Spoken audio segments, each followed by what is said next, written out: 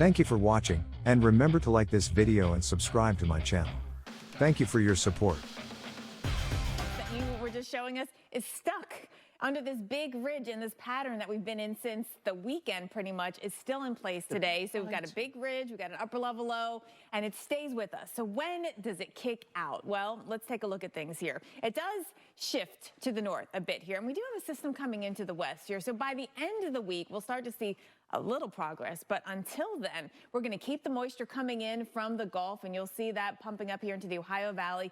Now we're going to tap into some extra moisture coming in out of the Atlantic too, so that's going to mean some heavier rainfall in North Georgia, in the upstate of South Carolina, into North Carolina too. Just that trajectory of all that moisture coming in and coming together right at that spot. So today will be a wet day there. There could also be some thunderstorms whenever you have an upper level low that now has some, some clearing, some daytime heating in play. And this time of year, the sun is still hot enough. You will be getting some thunderstorms, so we'll have to watch for that. It's not until the weekend that we're finally lifting this out of Tennessee, of Georgia, of South Carolina. In North Carolina, though, even on Saturday, you are still hanging on to some rainfall. It adds up the most where we have some of the most repeats of showers and storms. And that Gulf moisture trajectory will help us get 3 to 5 inches of rain, potentially 5 to 8 inches of rain in a few local areas.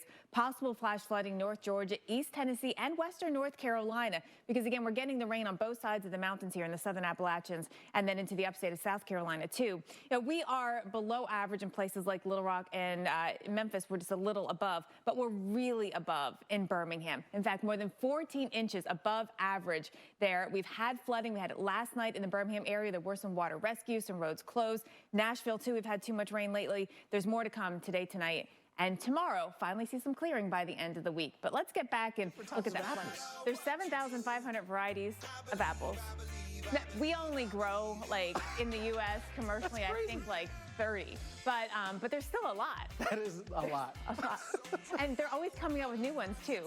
So tomorrow we've got to talk about the best apple. Okay. Because I want to know what people have to say. Because there are so many good ones out there beyond, like, well, the Red Delicious. Who likes that? Who likes that? You like it?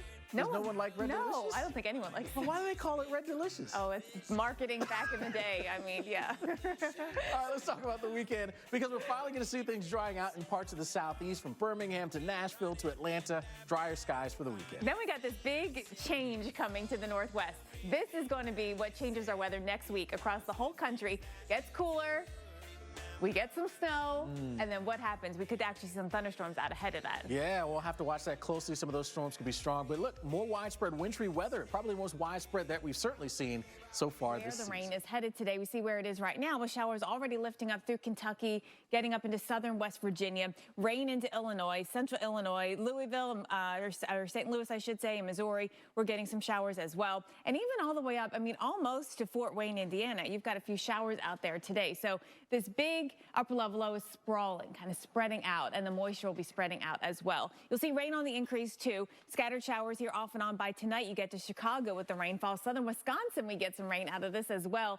We are underneath a big ridge, and I know in general you've had a nice couple of days up here, but that's not going to last. Tomorrow we got some rain coming in, and on Thursday it'll be a rainy afternoon across lower Michigan. Indiana, the whole state will see off and on showers. Much of Ohio, the Northeast, you can see that for now we're holding on to some good dry weather. You got 2 days of that, so take advantage of it here. Do what you want to do outside, because this does eventually move your way, and we are going to see this very slow upper level low on the move as we get into tomorrow. Again, Midwest, places like Detroit, Indianapolis, you'll see the showers because of that. Increased moisture will mean that we do have some heavy rain potential, and then by the time we get into Friday and Saturday, you see how things shift into the Northeast. Pittsburgh, Buffalo, here come our showers. Philadelphia, Harrisburg, we're back into some showers, and rainfall will be adding up to about an inch or two in some of the heaviest of rain. It's not till Friday, though, so enjoy the next couple days for Pittsburgh. It'll be dry until then. Meanwhile, if you're looking for fall, it is mission on. And we have a couple of really rainy days, though, before we get there.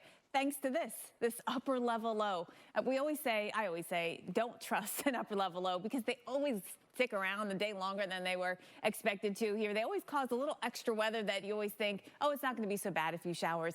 And then you get thunderstorms. And we could actually see that today with some thunderstorms underneath this upper level low. It's a pretty potent one, and you can see it now spinning around. You also can see that we're getting some drier air working in at the mid-levels, Mississippi, Alabama, and eventually this is pushing into Georgia.